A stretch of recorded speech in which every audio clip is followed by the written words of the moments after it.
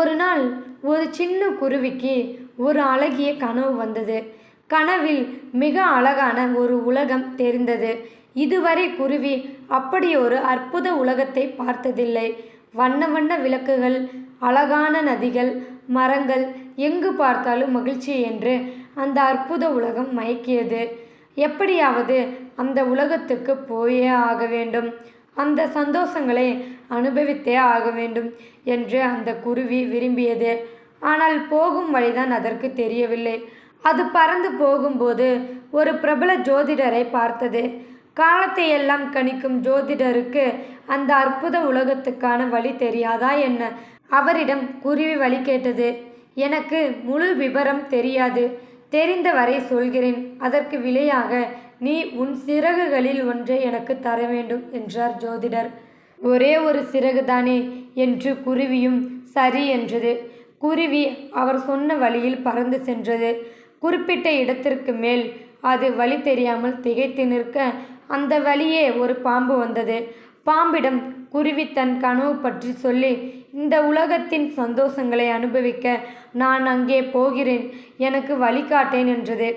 பாம்பு இங்கிருந்து அந்த பகுதிக்கு செல்லும் வழி எனக்கு ஓரளவுக்கு தான் தெரியும், சொல்கிறேன். ஆனால் அதுக்கு பதிலாக நீ எனக்கு என்ன தருவாய்? உன் அழகான சிறகில் ஒன்றை தந்துவிடு என்றது. இன்னொரு சிறகுதானே, தந்தால் போச்சு என்று குருவியும் சம்மதித்தது. பாம்பு சொன்ன பாதையில் குருவி பயணிக்க அதுவும் ஓரளவுக்கு தான் போக முடிந்தது. அதற்கு பிறகு வழி தெரியவில்லை. இப்படியே அந்த குருவி அங்கெங்கே இருந்த சிலரிடம் வழி கேட்டு கேட்டு பறந்தது. அவர்களும் வழி சொல்லிவிட்டு குருவியிடம் இருந்து ஒரு சிறகை விலையாக கேட்டார்கள். குருவியும் அந்த அற்புத உலகின் சந்தோஷங்களை அனுபவிக்க போகும் ஆசையில் வழி சொன்னவர்களுக்கெல்லாம் ஒவ்வொரு சிறகாக பீத்து கொடுத்தபடி சென்றது. முடிவாக அதோ கனவில் கண்ட அந்த அழகான உலகம் அதன் கண்முன் தெரிந்தது. வந்துவிட்டோம், வந்தே விட்டோம், இன்னும் சில 100 அடி தூரம் பறந்தால் அந்த அற்புத உலகம். குருவிக்கு ஆனந்தம் தாங்கவில்லை. ஆனால் இதென்ன, ஏன் என்னால் பறக்க முடியவில்லை? ஐயோ, என் உடம்பெல்லாம் கனைக்கிறதே, கீழே இருந்து காற்றில் எழும்பவே முடியவில்லையே என்று கதறியது. மெல்ல மெல்ல குருவிக்கு புரிந்தது, பறப்பதற்கான சிறகுகள் தன்னிடம் இப்போது இல்லை என்ற உண்மை விளங்கியது. குருவியால் இந்த உண்மையை ஏற்றுக்கொள்ளவே முடியவில்லை. இதோ கண்முன்னேதான் கனவில் கண்ட அந்த அற்புத உலகம். ஆனால் அதை அனுபவிக்க முடியாமல் கீழே கிடக்கிறேன். அந்த சோகமும் ஏக்கமும் தாங்க முடியாமல் எட்டாத உயரத்தில் தெரியும் அந்த மாய உலகின் வாசலை பார்த்தபடியே பரிதவித்து கொண்டிருந்தது அந்த குருவி.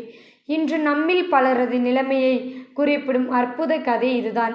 நவீன வசதிகளோ சந்தோஷம் என்று அந்த மாய உலகின் வசதிகளை பெருக்கிக் கொள்வதற்காக இன்றைய நம் சந்தோஷங்களை இழந்து கொண்டிருக்கிறோம். குடும்பத்துடன் வெளியே செல்வது, பிள்ளைகளோடு மனம் விட்டு பேசுவது, பிடித்த புத்தகம் படிப்பது, பிடித்த படம் பார்ப்பது, பிடித்த கோவிலுக்கு போவது, பிடித்த உடை அணிவது, பிடித்த உணவு உண்பது என்று எல்லா சந்தோஷ சிறகுகளையும் ஒவ்வொன்றாக வெட்டி வீசுகிறோம். கடைசியில் அந்த வசதிகளை அனுபவிக்கும் ஒரு நிலை வரும்போது நரைகூடி திரை வந்து உடலும் மனமும் தளர்ந்து போகிறது. எல்லாம் இருந்தும் அனுபவிக்க முடியாத நிலை ஏற்படுகிறது. மகிழ்ச்சி என்பது வசதிகளில் இல்லை, நாம் செய்யும் ஒவ்வொரு செயலிலும் இருக்கிறது. ஒவ்வொரு நொடியையும் அனுபவித்து வாழ்வோம். இந்த வீடியோவில் கருத்து கண்டிப்பாக உங்களுக்கு பிடிச்சிருக்குன்னு நினைக்கிறேன். பிடிச்சிருந்தா லைக் பண்ணுங்கள், ஷேர் பண்ணுங்கள், கமெண்ட் பண்ணுங்கள். தேங்க்யூ ஃபார் வாட்சிங்.